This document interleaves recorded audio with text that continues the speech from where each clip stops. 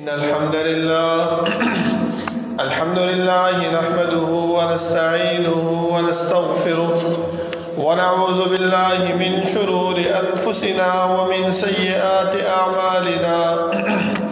من يهده الله فلا مضل له ومن يضلل فلا هادي له،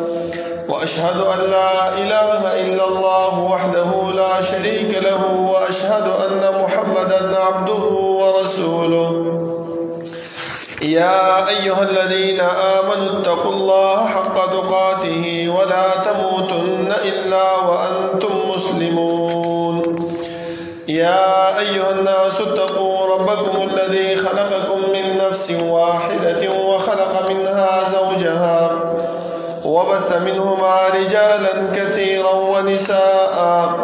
واتقوا الله الذي تساءلون به والأرحام إن الله كان عليكم رقيبا. يا أيها الذين آمنوا اتقوا الله وقولوا قولا سديدا يصلح لكم أعمالكم ويغفر لكم ذنوبكم، ومن يطع الله ورسوله فقد فاز فوزا عظيما. أما بعد، فإن خير الحديث كتاب الله، وخير الهدي هدي محمد صلى الله عليه وسلم، وشر الأمور محدثاتها، وكل محدثة بدعة، وكل بدعة ضلالة، وكل ضلالة في النار. أعوذ بالله من الشيطان الرجيم. بسم الله الرحمن الرحيم. قاف والقرآن المجيد، بل عجبوا أن جاءهم منذر منهم فقال الكافرون هذا شيء عجيب.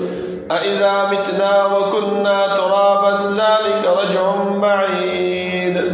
قد علمنا ما تنقص الأرض منهم وعندنا كتاب حفيظ. بل كذبوا بالحق لما جاءهم فهم في أمر مريج.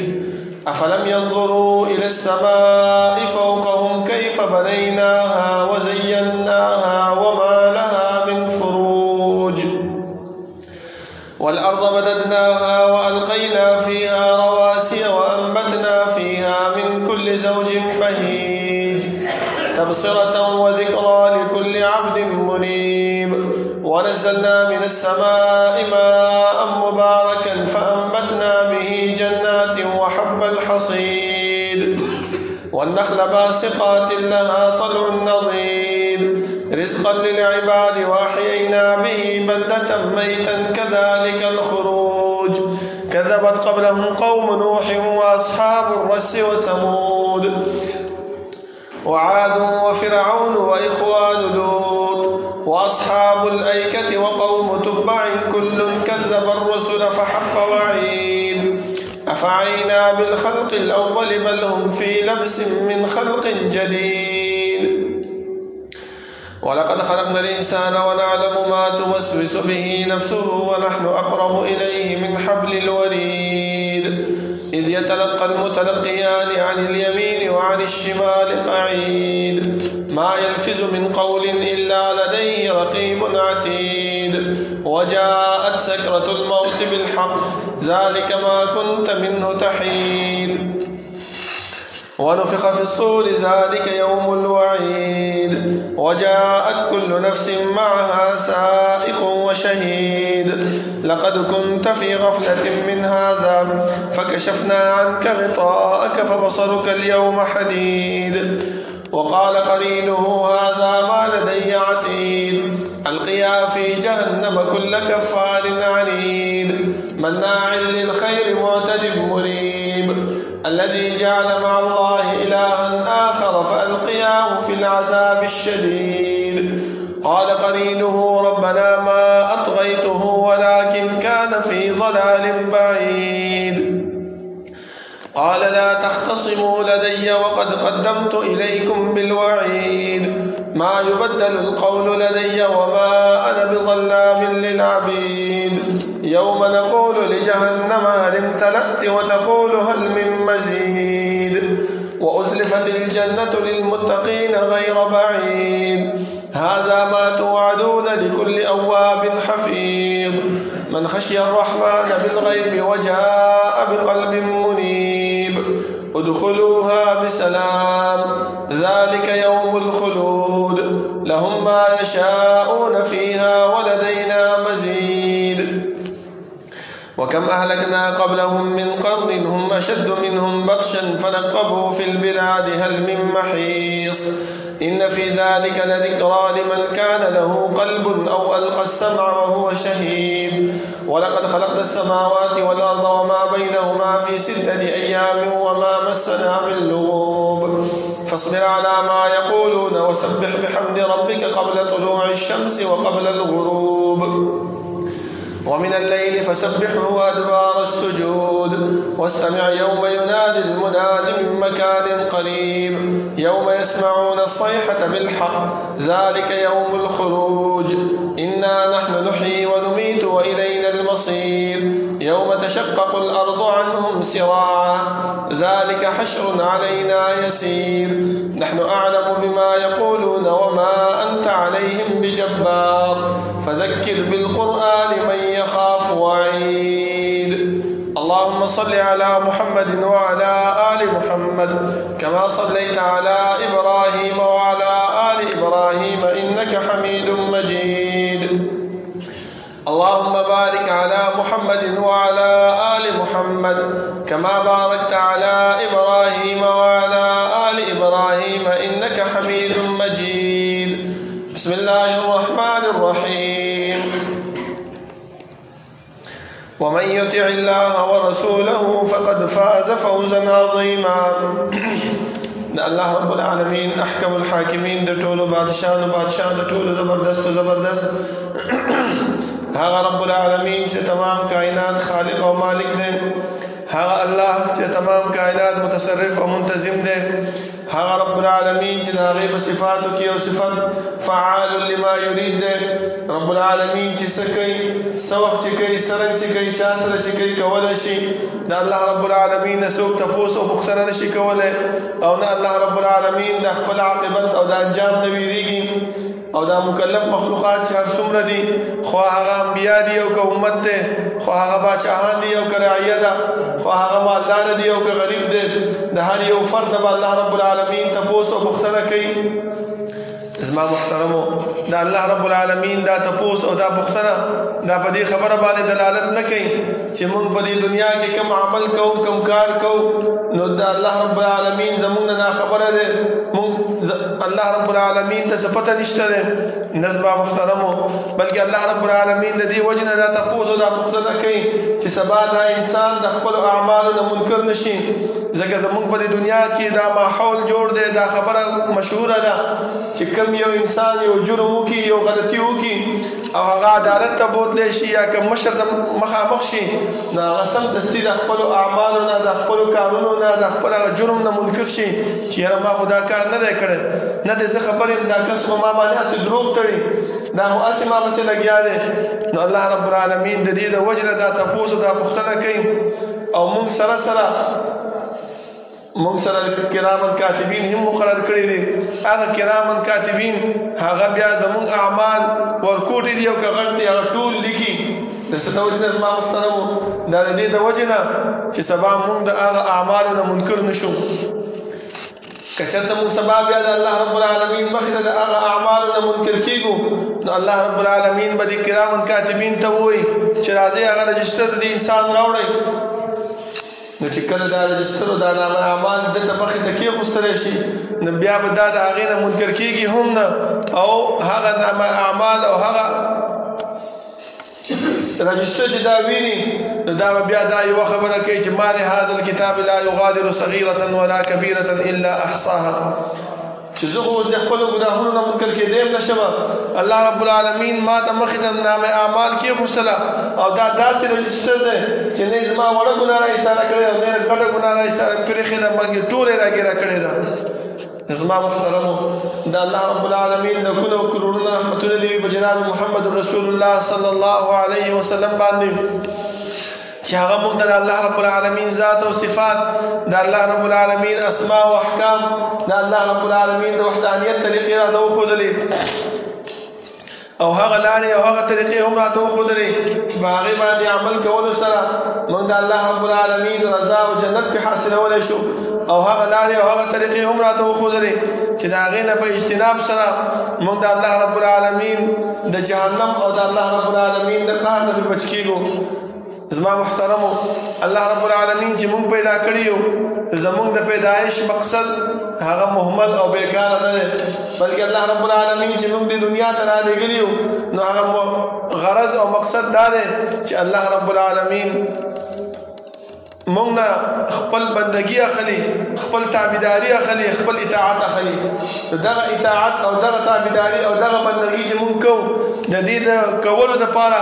الله رب العالمین موږ ته انبیا کرام راولېږل او دې انبیاو موږ ته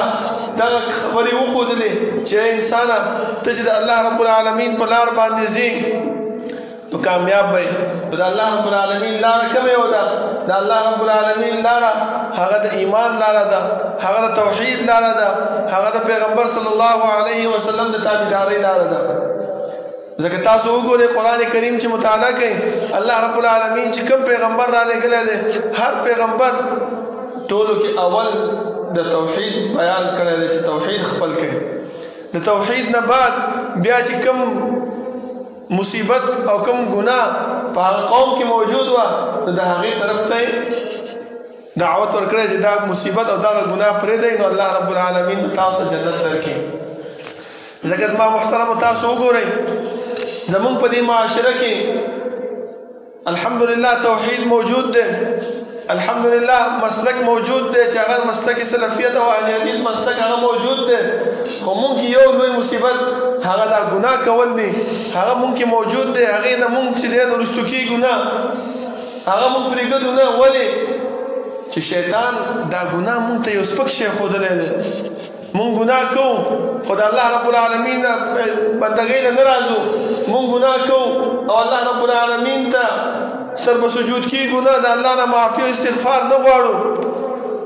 ولې شیطان مونږ ته هغه چې دی نو ورکوټې ښودلی دی چې مړه خیر دی څه چلو شوې ورکوټې ګناه ده وشوه لا خو ځوانې چې کله بوډا شوې توبه به وباسي او الله رب العالمین به دې معاف کړي. نه زما محترمه مونږ ته څه پته ده چې زمونږ مرګ کله دی؟ ځکه دنیا ته راتګ دا په نمبر باندې دی او دنیا نه تګ بې نمبره دی. زما محترمو د دې د وجې نه دې خبرې د سوچ پکار دی. الله رب العالمین خو مونږ ته بار بار وویلې چې یا عبادي الذین اسرفوا علی انفسهم لا تقنطوا من رحمت الله. د الله رب العالمین د رحمت نه مه ناامیده کېږئ. بل ذکر راته وویل چې ان الانسان لفی خسر، یقینا انسانان ټول په تاوان او خسران کې دي، مګر په تاوان او خسران نه څوک بچ کېږي؟ الا الذین آمنوا، ایمان والا کسان ترې بچ کېږي. چې کوم کس ایمان راوړی وي او د الله رب العالمین په لار باندې روان وي الحمدلله ایمان خو موږ هم راوړی دی وعملوا الصالحات او نیک عمل هم کوو. پیغمبر چې کوم لار راته ښودلی په هغې باندې عمل هم کوو. خو زما محترمو زه تاسو ته یو خبره بله کومه چې الله رب العالمین کله آدم علیه السلام پیدا کو او جنت ته یې ولېږلو نو وګورئ تاسو آدم علیه السلام په جنت کې نیک اعمال هم کول، د الله بندګي هم کوله، خو الله رب العالمین د یې ونې نه منع کړی و. شیطان ورغی وسوسه یې واچوله دوکه یې کو چې یاره دا جنت کې خو ته پاتې کېږي خو دا صرف جنت دی میوه ده نور هېڅ هم نشته دی. زه تا ته داسې یو کار نه ښیمه چې هغه کار تا وکړو نو ته به د دې جنت څه کوې د جنت باچایي به تا ته میلاوه شي. او تر دې پورې چې قسم یې ورته وخوړو چې وقاسمهما اني لکما لمن الناصحین. زه تاسو قسم خورم په دې خبره باندې چې دا کار تا وکړو نو ته به د جنت باچایي تا ته میلاوه شي. حالانکه هغه کار د الله رب العالمین منع کړو. لکه دې دنیا کې اوس موږ هم چې کوم کار کوو که د ګناه کاري شیطان زموږ ذهن کې دا خبره واچوي چې مړه خیر دی اوس یې وکړه بیا به لاړ شي جومات کې به توبه وباسي الله ته به سر په سجود شي هېڅ خبره نشته دی. نه زما محترمو آدم علیه السلام ته شیطان دغه خبره کړې وه چې یاره دا ونه وخوره د دې دا میوه وخوره نو تا ته به باچایي میراوه شي او داسې باچایي چې هغه بیا د ختمېدو نه ده همیش باچایي به دې وي. انسانو هغه لاړو ولې نه میوه وخوړله الله ورته ویلې چې ما تاسو منع کړی نه وای او دا خبر مې درته کړې وه چې شیطان ستاسو ابدي او ښکاره دشمن دی د دې نه به ځان ساتئ هغه ورته ویل چې الله دا یې ونه ویلې چې زه خیال وروسته به توبه وباسم زه خو وړه ګناه ده څه چلو شو نه سمدستي ویل چې قالا ربنا ظلمنا انفسنا وان لم تغفر لنا وترحمنا لنكونن من الخاسرين ای الله که تا زموږ ګناه معاف نه کو نو زموږ به تاوانیانو نه بشو د ظالمانو نه بشو نو الله رب العالمین د هغوی ګناه معاف کړله نو اوس راځو دې خبرې ته چې یو انسان مسلسل ګناهونه کوي نو د هغه ګناهونو څه نتیجه په دې باندې مرتب کېږي څه چل کېږي په هغې باندې زما محترمو هغه ګناهونه الله رب العالمین پیغمبر صلی الله علیه وسلم فرمایي چې یو د ګناهونو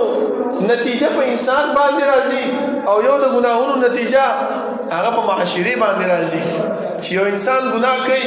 یو کلی کې موږ پاتې کېږو یو محله کې موږ پاتې کېږو په هغه محله کې 10 کسان 15 کسانو محله ده هغه 15 کسانو کې 10 کسان ګناهونه کوي او دا 15 نه کوي نو اول نتیجه په دې کسانو باندې را مرتب کېږي او بیا چې دی نو په دې معاشره باندې را مرتب کېږي په دې محله باندې را مرتب کېږي راځو دې خبرې ته زما محترمو چې په دې انسانانو باندې دا ګناه څنګه مرتب کېږي الله رب العالمین فرمایي چې د دې انسان دا زړه چې دی نو دا تور شي قرآن کې الله فرمایي کلا بل ران على قلوبهم ما كانوا يكسبون دا ګناه انسان ولې کوي دا د دې د وجې نه کوي چې الله رب العالمین د ده په زړه باندې یو نقطه لګولې ده یو تور داغ یې پکې لګولی دی په څه باندې بما كانوا يكسبون په هغه اعمالو باندې په هغه اعمالو سبب باندې چې کوم دا په دنیا کې کوي حدیث کې بیا رسول الله صلی الله علیه وسلم د دې تشریح کوي فرمایي چې یو انسان داسې دی چې ګناه کوي او توبه نه وباسي نو هغه ټاکې هغه د ګناه سره زیاتېږي تر دې پورې چې دا ټول زړه تک تور شي بیا چې ته د دین د شریعت د رسول الله صلی الله علیه وسلم د احکاماتو خبره کوې په دې باندې اثر نه کوي دا الټه تا ته چې کوم دی مد مقابل کېږي ولې دلته زړه د چې کوم دی نو هغه تور دی او چې کوم انسان رسول الله صلی الله علیه وسلم فرمایي چې کوم انسان ګناه وکړي او ګناه سره سمدستي الله توبه وباسي چې الله په نا خبره کې رانه وشوله ای الله څه اراده مې نه وه قصدا نه وه عمدا نه وه بس ګناه ورانه وشوله ته راته معافي وکړي ما ته پته ده چې ستا نه زما سوا بل رب نشته دی چې هغه زما دا ګناه معاف کړي نو پیغمبر صلی الله علیه وسلم فرمایي چې دا نقطه چې کومه ده د په زړه باندې لګېدلې وه هغه الله رب العالمین ختمه کړي د زړه صفا شي او چې زړه صفا شي د انسان نو انسان بیا هر قسم د علم خبره د شریعت د محمد صلی الله علیه وسلم د دین خبره هغه زده کولی شي اولنې خبره د انسان باندې چې نتایج مرتب کېږي د ګناه هغه د زړه تورېږي لکه ابن عباس رضی الله عنه فرمایي چې ان للحسنة ضیاء فی الوجه ونور فی القلب د نیکۍ دپاره په د انسان په دې چهره باندې یو رڼا تاسو وګورئ چې کوم انسان مونځ کوي اودس کوي او یو انسان داسې چې اودس نه کوي او مونځ نه کوي بېلمازی دا دواړه تاسو ودروئ او د دې مخ ته تاسو وګورئ چې کوم اودس کوي او دا مونځ کوي الله رب العالمین د دې انسان په زړه کې اصلي یو نور پیدا کړی اگر که د شکل نه تور ولې نه وي خو هغه تور شکل هم د انسان چې کوم دی هغه پړخېږي او چې دا کوم انسان مونځ نه کوي او اودس نه کوي اگر که سپین ولې نه وي ښایسته ولې نه وي خو د دا نور شکل چې کوم دی نو هغه داسې مړاوې وي سړی چې ورته ګوري نو هسې کرکته کېږي زما محترمو دا ولې دا د دې ګناه اثر دی په دې باندې دا د دې ګناه زور دی په دې باندې زما محترمو بیا فرمایي ابن عباس رضی الله عنه چې بل څه کېږي چې انسان دا چهره خرابېږي بل وسعة فی الرزق نیکۍ سره د دې انسان څه کېږي رزق فراخېږي او چې کوم انسان ګناهګار وي نو د هغه چې رزق تنګ تاسو وګورئ چې کوم انسان مونځ نه کوي قرآن کریم تلاوت نه کوي د الله رب العالمین بندګۍ له نه راځي مال به الله ډیر ورکړي وي، پیسې به الله ډیر ورکړي وي، جایداد به هم ډیر وي، او چې بیا هم تاسو کې یاره مې تنگ دي څه چلو کوم چرته لاړ شم. دا ولې وای؟ دا فقط صرف وجه دا ده چې په ګناهونو کې مبتلا دي، فقط وجه دا ده چې په ظلم کې مبتلا دي. کله مال هم شته دی، پیسې هم شته دی، عیش او عشرت لپاره هر څه شته دی، خو بیا هم د انسان دا زړه ولې تنګ دی. بیا فرمایي وقوة فی البدن، او نیکی سره الله رب العالمین دی انسان ته د قوت د بدن ورکوي. او چې کوم ګناهګار وي تاسو وګورئ 10 کاله 14 کاله عمر یې نه شي بیا په کټ باندې پروت دی، بیا د پاسېدو نه یې زما محترمو. او د نیکی سره د عبادت سره د دې انسان قوت بدن زیات شي. اگر که 80 کاله عمر ولې نه وي، 80 کاله عمر یې ولې نه ډېر بوډا به وي، خو بیا هم جومات ته به راتګ کولی شي. ولې؟ هغه نیکي او هغه رڼا چې کوم د ایمان رڼا ده، کوم د تابعدارۍ رڼا ده، کوم د نیکو رڼا ده، هغه د انسان کې موجود زما محترم. او بل فرمایي ومحبة فی قلوب الخلق، دا ډېر ضروري شی دی چې د خلکو ته الله رب العالمین دا انسان محبوب کی. هر سړی وایي چې یاره دا مولانا صاحب چې دی نو ډېر تقوادار انسان دی، دا مولانا صاحب دا کس چې دی نو ډېر الله والا سړی دی، 5 وخته لمونځ کوي. ولې؟ د الله رب العالمین د دې انسان دا مینه د دې خلکو په زړونو کې اچولې وي. وان للسیئة، او د ګناه دپاره د دې الټ واخلې زما محترم، زړه کې نور ختمیږي، رزق تنګیږي، همدغه شانتې په بدن کې چې کوم هغه طاقت هغه ختمیږي، او د خلکو باندې ډېر بدترین انسان دغه لګي چې یاره دا ګناهګار انسان دی. دا داسې اعمال دي، داسې نتایج دي چې دا په دې انسان باندې خپل راځي، په دې انسان باندې فردن واقع کیږي. او هغه اعمال چې هغه مجتمع باندې راځي زما محترمو، نو هغه څه شی دی؟ هغه دا دی لکه څنګه چې الله رب العالمین ما تاسو د آدم علیه السلام واقعه بیان کړه ده چې شیطان هغه څه کو برباد کو، نو په مجتمع باندې نتائج څه مرتب شو چې موږ هغه جنت نه الله رب العالمین راوستو د دنیا ته. پکار دا و چې زموږ پلارو مشرو هغه دې تشته خیال کړی و، لیکن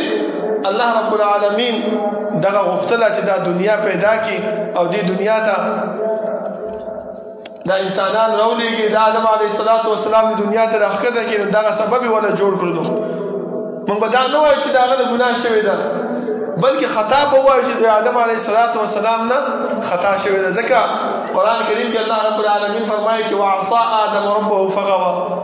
مفسرین فرمایي چې دلته به د عصا معنا څه کوو چې خطا دې شوې ده، به نه وایو چې ګناه شوې ده، ځکه پیغمبران دا خو د معصوم وي د ګناه نه. الله رب العالمین د ګناه نه معصوم کړي دي، خطا د پیغمبرانو هم کېږي، د هر چا نه کېږي زما محترمو. خو الله رب العالمین بیا هغه خطاګانې په ګناه په توبه باندې په استغفار باندې هغه معاف کوي زما محترمو. بل زما محترمو چې کله مجتمع کې ګناهونه کېږي، نو د هغه مجتمع نه د هغه محلې نه برکت الله رب العالمین اوچتوي. ژوند به موږ تېرو، ښه ژوند به تېرېږي، ښه مال او دولت به راسره وي، ښه جاه او جلال به وي، خو برکت به پکې نه وي. هغه مال کې به چې کله موږ پیسې راوړو، موږ ته تنخوا میلاوه شي، نو هغه تنخوا کې هغه مال کې برکت نه وي، زموږ اولاد کې به برکت نه وي، زموږ اولاد به نافرمانه وي. موږ به دین ته لېږو، موږ به سکول ته لېږو، هغه زموږ اولاد به زموږ څه شی نافرمانه به وي. ولې؟ په دې مجتمع باندې هغه نتایج مرتب کېږي زما محترمو ده چې الله رب العالمین د داسې ځمکې نه څه اوچت کړي، برکت اوچت کړي. دا د ګناهونو اثرات دي. او الله رب العالمین موږ ته څه فرمایي چې دې ګناهونو نه ځان وساتئ. یا عبادی الذین اسرفوا علی انفسهم لا تقنطوا من رحمت الله. اے هغه کسانو چې په خپل ځانونو باندې زیاتې کړې دي، ظلم هم کړی دی، د الله رب العالمین د رحمت نه مه امیده کېږئ. د الله رب العالمین رحمت ډېر فراخ رحمت دی. دا رحمت څنګه ملاویږي؟ دا رحمت په داسې ملاویږي چې وانیبوا الی ربکم، الله رب العالمین ته انابت وکړئ، الله رب العالمین ته زاری وکړئ، الله رب العالمین ته سر به سجود شئ چې الله دا ګناه رانه شوې ته راته معافي وکړي. او بل واسلموا له دی الله ته تابع شي چې الله دا ګناه مې نن کړې سبا بیا دا ګناه نه کوم خو که چېرته رانه وشوله بیا هم راته ته معافي وکړې ځکه حدیث کې رسول الله صلی الله علیه وسلم فرمایي چې یو انسان داسې دی چې یو ځل ګناه وکړي بیا توبه وباسي بیا ګناه وکړي بیا توبه وباسي نو الله رب العالمین ته د داسې انسان دا کار چې توبه وباسي او استغفار کوي دا د الله رب العالمین دغه عمل ډیر زیات خوښ دی تر دې پورې چې الله رب العالمین دا وفرمایل چې دا انسان که چېرته د بحر د زګومره ګناهونه وکړي او ما د توبه وباسي نو زه به د دې د بحر د زګومره ګناهونه هم درته څه کړم معاف کړم خو دا کوم وخت کې په ژوند کې زما محترم په هغه وخت کې نه چې کله انسان دلته د مرګ د بسترې په مرګ باندې پروت دی او ساه یې په دې مرۍ کې ده او دغه ټایم کې دا وایي چې زه اوس توبه وباسم الله وایي چې دې ټایم کې توبه نه کېږي وليست التوبة للذين يعملون السيئات حتى إذا حضر أحدهم الموت قال إني تبت الآن وللذين يموتون وهم كفار گناهونه کوي ټول ورځ عمر کې گناهونه وکړل الله رب العالمین ناراضه کو او چې کله د مرګ د بستر باندې پروت دی دغه ټایم کې چې الان اوس د توبه وباسم الله رب العالمین ته لکه فرعون واقعا الله رب العالمین موږ ته بیان کړی ده چې کله په بحر کې غرق کېدو حتی اذا ادركه الغرق قال آمنت به بنو اسرائیل زه ایمان اوس راوړم په هغه رب باندې چې په کوم رب باندې بني اسرائیل ایمان راوړل نو الله ته وایي چې الان وقد عصيت قبل اوس چې کوم دی ایمان راوړې توبه وباسي چې کله د تبا کېدو د مرګ وخت راغی په دغه وخت کې الله رب العالمین بیا د چا توبه نه قبلوي او رسول الله صلی الله علیه وسلم فرمایي چې الله رب العالمین ته د انسان د ځوانۍ عبادت هغه ډیر زیات محبوب دی لکه نن سبا تاسو وګورئ د یخنۍ موسم دی او انسان په بستره کې ودی خو چې کله دا د مونځ ټایم شي زما محترمو شیطان راشي او خو یخني په انسان باندې راولي دا په ځان باندې را کمبل لا مضبوط ټیټ کې وده شي او که چېرته دغه ځوانۍ کې موږ راپاڅېږو په دغه وخت کې او جمع مانځه ته لاړ شو او په یخو اوبو باندې اودس وکړو نو الله رب العالمین ته وایي دغه عمل ډېر زیات محبوب دی تر دې پورې چې قرآن کې مو فرمایي چې تتجافا جنوبهم عن المضاجع يدعون ربهم خوفا وطمعا دا هغه خلک دي مؤمنان چې په تکلیف په وخت کې د مصیبت په وخت کې د یخنۍ په وخت کې هغه راپاڅېږي او څه کوي الله رب العالمین ته بلنه کوي او الله رب العالمین عبادت کوي څه شی دی زما محترم وړه بستره ده خو دا زمونږ غورځول چې ډېر موږ ته څه ګرځېږي ډېر تکلیف دی ګرځېږي او ډېر مصیبت ګرځېږي خو دا وړه بستره چې تا وغورځوله سبا د قیامت په ورځ باندې دا الله رب العالمین مخې ته به سرخوروي او الله رب العالمین چې کوم برکت په موږ باندې نازل کړی دی د هغه برکت مستحق به موږ وګرځېږو بل زما محترمو بل نتیجه چې په مجتمع باندې مرتب کیږي هغه د شرم او د حیا خاتمه ده چې کوم انسان تاسو وګورئ ګناهګار ګناهونه کوي د هغې نه شرم ختم شي د هغې نه حیا ختمه شي د هغې کور کې ټوله بې شرمي وي زما محترمو هغه ته دا ګناه سره ګناه ښکاري نه چې یاره دا ګناه کومه دا خلک به راته څه وایي وایي مړه خلک به خپل کار کوي زه پوهېږم زما کار پوهېږم دغه شانتې خلک زما محترم رسول الله صلی الله علیه وسلم فرمایي اذا لم تستحي فاصنع ما شئت کله چې تا کې نه حیا ختمه شي نو بیا چې څه چې زړه غواړي هغه کوه او ورسره صدای په فرمایي چې حیا دا د ایمان او یایم حصه ده زما محترمو د ایمان د حصونه شمارلې ده چې کله انسان کې حیا موجود وي هغه د ګناهونو نه ځان ساتي هغه د ګناهونو نه ځان رستو کوي خو که چېرته ترې نه وشي د الله رب العالمین مخ ته لاړ شي او الله رب العالمین د سر به سجود شي الله رب العالمین د هغې معافي وغواړي نو الله رب العالمین هغه معاف کړي زما محترمو بل زما محترمو د انسان د دې ګناهونو په وجه باندې د علم نه محرومېږي ځکه د هغه ته ټایم نه میلاوېږي چې د علم ته راشي او علم زده کړي د الله رب العالمین یاد وکړي الله رب العالمین چې کوم پیغمبر را لېږلی کوم احکامات دي کوم دین دی کوم شریعت دی هغه چې را لېږلی په هغې باندې عمل وکړي ځکه الله رب العالمین موږ فرمایي چې ان الانسان لفی خسر الا الذين امنوا وعملوا الصالحات وتواصوا بالحق. حق طرف ته خلک رابلي چې کله دا ګناهګار یې علم یې نه زده کړی نو خلک به حق ته څنګه راوبلي؟ دغه انسان خپله بیا په تاوان کې مبتلا دی. دغه انسان باندې چې کوم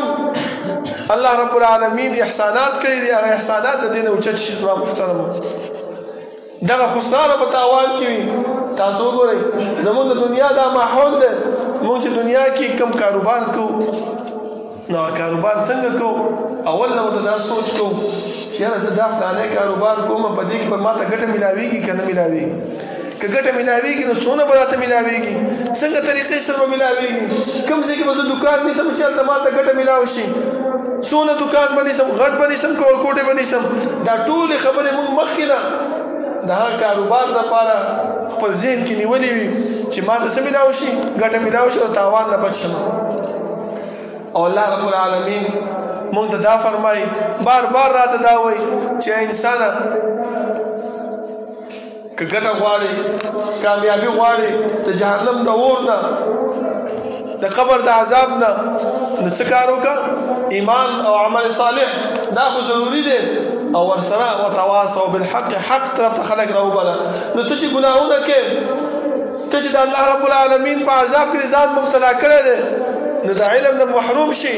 او چې د علم نه محروم شي نو وتواصوا بالحق، حق طرف ته خلک به څنګه راوبلو؟ مونږ زما محترمو ولې مونږ خو د علم نه محروم شو. نو هغه تاوان او خسران چې الله رب العالمین مونږ ته بیان کړی دی، د هغې کې مونږ ککړ شو، هغې کې مونږ اخته شو. نو په کار دا دی چې مونږ نه ګناهونه ټیک ده کېږي.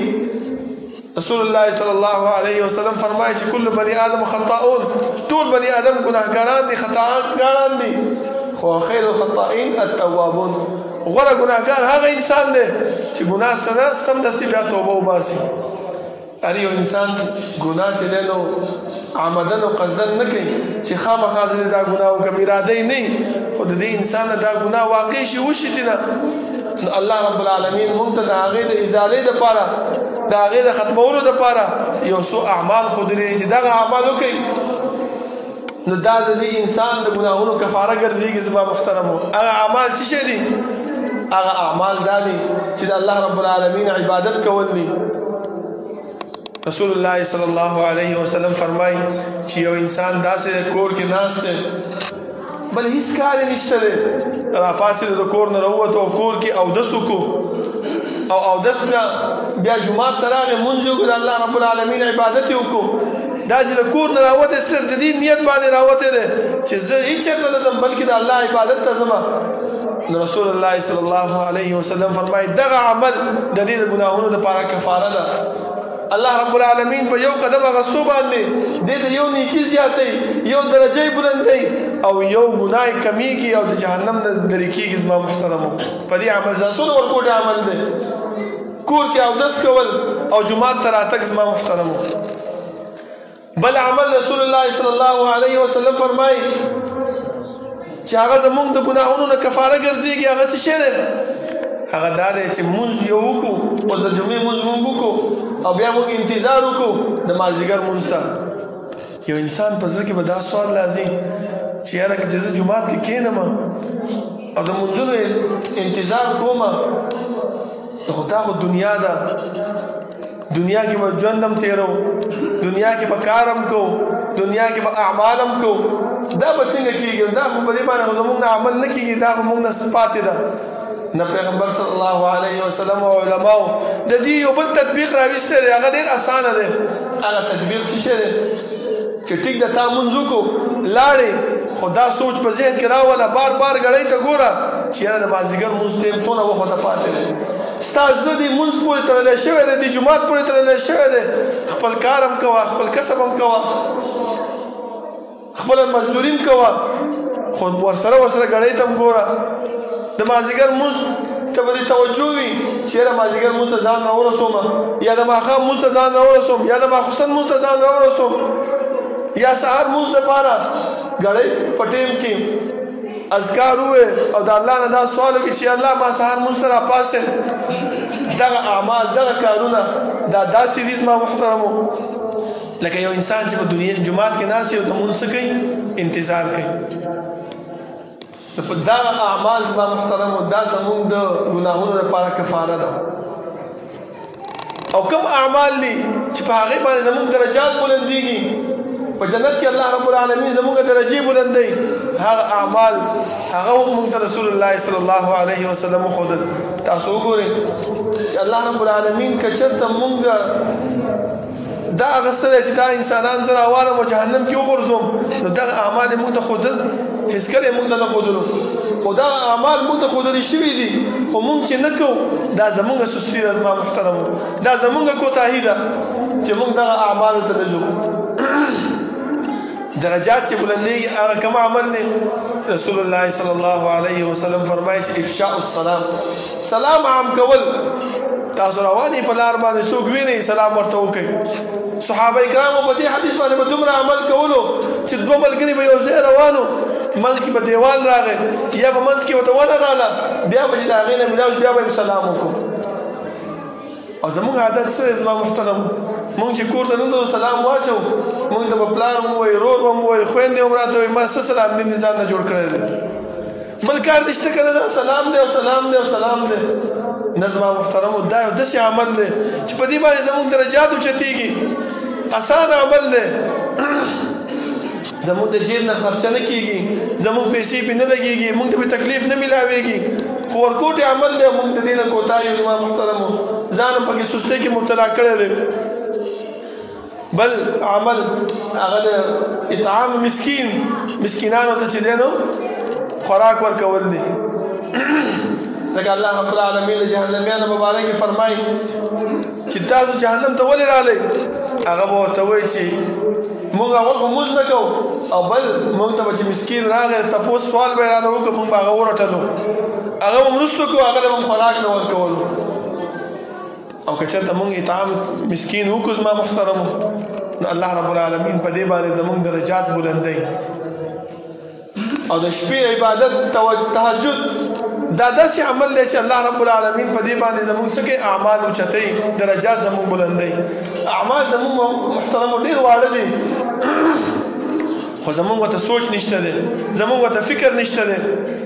نو پکار دا دی چې د ګناهونو نه مونږ ځان وساتو. کم نتایج چې په مونږ باندې یا په معاشره باندې راځي د هغې نه به مونږ بچ شو. او دغه اعمال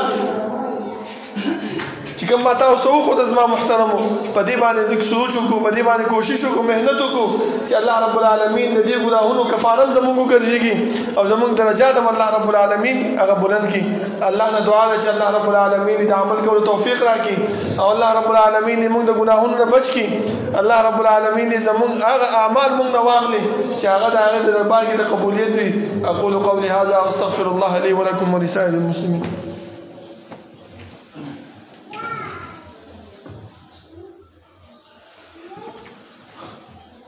إن الحمد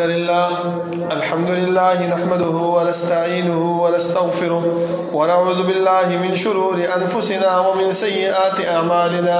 من يهده الله فلا مضل له ومن يضلل فلا هادي له، وأشهد أن لا إله إلا الله وحده لا شريك له، وأشهد أن محمدا عبده ورسوله.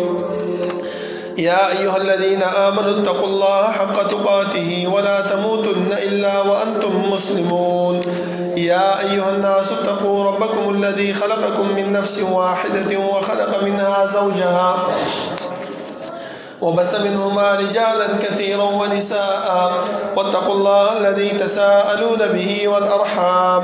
إن الله كان عليكم رقيبا. يا أيها الذين آمنوا اتقوا الله وقولوا قولا سديدا يصلح لكم أعمالكم ويغفر لكم ذنوبكم، ومن يطع الله ورسوله فقد فاز فوزا عظيما. أما بعد فإن خير الحديث كتاب الله، وخير الهدي هدي محمد صلى الله عليه وسلم، وشر الأمور محدثاتها، وكل محدثة بدعة، وكل بدعة ضلالة، وكل ضلالة في النار. أعوذ بالله من الشيطان الرجيم. وسارعوا إلى مغفرة من ربكم وجنة عرضها السماوات والأرض أعدت للمتقين. زما محترم مونږ چې په دې دنیا کې ګناهونه کوو د الله او د الله د رسول صلی الله علیه وسلم د خلاف اعمال کوو نو د هغې نتائج په مونږ باندې او په معاشره باندې چې مرتب کېږي د هغې نه یو نتیجه دا هم د زما محترمو چې هغه مشکلات او مصائب په مونږ باندې ډېر راځي ولی الله رب العالمین ناراض دی او الله رب العالمین مونږ په خپلو ځان باندې پریښیو ځکه ته چې د الله رب العالمین یا زه د الله رب العالمین تابعداري نه کوم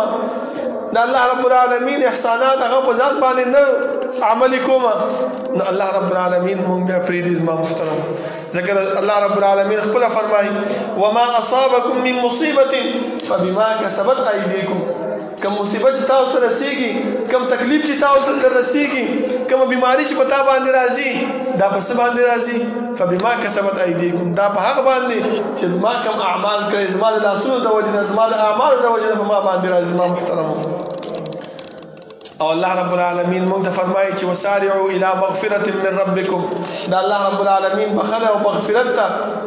جلدی وکړئ او هغه جنت ته جلدی وکړئ چې هغه جنت د هغې فراخوالی د اسمانونو د ځمکو برابر دی دغه جنت الله رب العالمین متقیانو ته تیار کړی دی او د متقي صفات الله موږ ته بیانوي دا یې نه دي ویلي چې متقي دا دی چې ګناهونه کوي متقي دا دی چې ځان کې دویوالی پیدا کړي چې څوک ورته څه خبره کوي د هغې خبرې بیا تردید کوي دا یې متقي صفات نه دي ښودلي بلکې د متقي صفات یې څه ښودلي دي الله رب العالمین ته پته وه چې یو قوم به داسې راځي چې په هغې کې به دا اعمال یې مونږ ته مخکې د 1400 کاله مخکې 1500 کاله مخکې مونږ ته بیان کړه زما محترمو د زمونږ د پیغمبر صلی الله علیه وسلم په ژبه باندې هغې څه وویلې اعدت للمتقین الذین ينفقون في السراء والضراء والكاظمین الغیظ والعافین عن الناس متقي څوک دی هغه دی چې هغه خرچه کوي د الله رب العالمین په لاره باندې مال لګوي په کوم وخت کې په خوشحالۍ کې او په خفګان کې په مصیبت کې مونږ څه کوو مونږ باندې چې مصیبت راشي تکلیف راشي نو بیا دمګرو له منډې وهو بیا چې دی نو نجومیانو له ځو بیا هغه سړي ته ځو چې مونږ نه دا پیریان وباسي هغه بیا اسم نه خو که هغه د دمګر درته ووایي هغه پیریان ویستونکي هغه سړی درته ووایي چې یاره په دې باندې خو 15,000 خرچه راځي هغه وایي 10,000 رانه واله خو دا مصیبت نه مې خلاص کړه خو چې کله را باندې راحت راشي خوشحالي راشي نو بیا جیبونو ته تالې اچولې ځان هم بند کړی وي ځان رستو کوم چې یاره دا بل مشر به ورکړي وله زما څه کوه زه خو هسې هم کشر یم دا زما مشر به ورکړي نه زما محترم الله فرمایي چې الذین ينفقون في السراء والضراء په خوشحالۍ او په خفګان دواړو کې خرچه کوي الحمدلله الله رب العالمین جومات راکو دومره لوی جومات الله رب العالمین را کړی دی په دې کې دا بعضې کارونه پاتې دي دا د څه د وجې نه پاتې دي دا زمونږ د سستیا د وجې نه پاتې دي خاصه مال شته دی خاصه پیسه شته دی خو مونږ خرچه نه کوو هغه د متقي صفات چې الله بیان کړی دي د هغې نه مونږ ځان رستو کړی دی بس دا ویلې چې حاجي صاحب پوهېږي او کار یې پوهېږي که جوړی جوړ دی که نه جوړی خپل کار دی کوي زه خو هسې مونځ کوم راځم مونځ دی وبکم او ځم به تېنه زما جماعت سره صحبه ده نه زما محترمو دې خبرې ته سوچ وکړئ چې الله رب العالمین مونږ د متقیانو د صفات نه ویستلو بل صفت چې الله مونږ ته بیان کړی دی والکاظمین الغیظ دا غصه سکونکي زما محترمو مونږ په وړه وړه خبره باندې غصه راشي څوک چې راته څه ووایي بس بد رد ورته وایو او ټوپک ته لاس اچولی بس ډزو سړی ووژنو بلکې الله رب العالمین فرمایي چې داسې انسان چې د غصه سکونکي هغه د متقیانو په صفات کې متقیانو په زمره کې راځي او رسول الله صلی الله علیه وسلم فرمایي چې بهادر تاسو کې څوک دی بهادر هغه انسان دی چې هغه غصه وکړي صحابه وویل چې دا الله رسول بهادر هغه دی چې په میدان کې راشي او جنګ وکړي پیغمبر وویل چې نه بهادر هغه انسان دی چې غصه ورشي او انسان دی بل انسان سره زیاتې وکړي او دا چا سره چې زیاتې وشو دا انسان په دې خبره قادر دی چې ویني شو خپله بدله ترې نه والي او خپله غصه په هغې باندې یخه کړي خو دا دغه وخت کې غصه وسکي او هغه د الله دپاره معاف کړي وایي دغه انسان بهادر دی سلیمان ابن مهران رحمه الله د دې یو وینځه وه هغه ته یې ویل چې ما له د اودس اوبه راوړه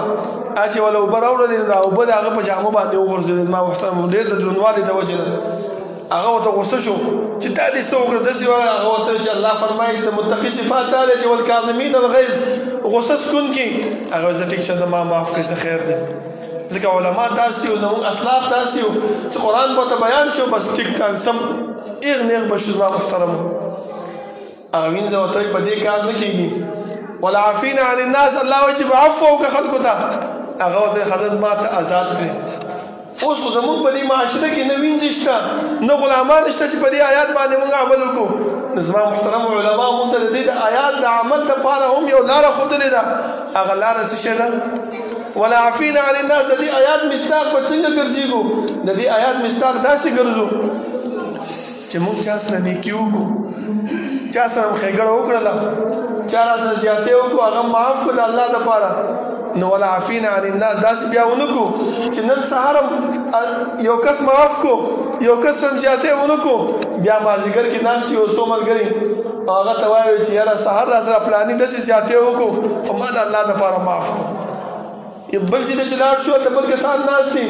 تاسو خبر نه یې فلاني را سهار داسې کار وکړو ما د الله دپاره معاف کړو نظمه محترمو دا زموږ هغه نیکي په دې سره بربادېږي دا هم یو قسم ته ګناه ده چې الله رب العالمین په دې باندې زموږ څه کوي نیکي بربادوي والعافین عن الناس عفو وکړه خلکو ته بس تا چې نیکي وکړله هغه په هغه ځای کې دفن کړه چې الله رب العالمین تعالی د هغې اجر او ثواب درکړي دا مه کوه چې خلکو ته بیا بار بار بیانې او غوره خبره زما محترمو الله فرمایي چې والله يحب المحسنين الله مینا کوي چې چا سره الله مینا وکړي زما محترمو بس بیا دا انسان نور څه غواړي په دې وړو وړو اعمالو باندې الله موږ سره مینا کوي موږ سره محبت کوي نو ولې موږ خپل ځان کې کوتاهي او سستیا پیدا کوو ولې موږ د جنت مستحق نه ګرځېږو الله رب العالمین دعا ده چې الله رب العالمین دې عمل کولو توفیق راکړي او الله رب العالمین دې دغه اعمال زموږ نه واخلي او د غصې نه دې الله رب العالمین موږ وساتي چې موږ سبا د الله رب العالمین د جنت مستحق وګرځېږو ربنا لا تزغ قلوبنا بعد إذ هديتنا وهب لنا من لدنك رحمة إنك أنت الوهاب ربنا اغفر لنا ولإخواننا الذين سبقونا بالإيمان ولا تجعل في قلوبنا غلا للذين آمنوا ربنا إنك رؤوف رحيم ربنا لا تؤاخذنا إن نسينا واخطأنا ربنا ولا تحمل علينا إصرا كما حملته على الذين من قبلنا ربنا ولا تحملنا ما لا طاقة لنا به واعف عنا واغفر لنا وارحمنا أنت مولانا فانصرنا على القوم الكافرين سوف نبرأ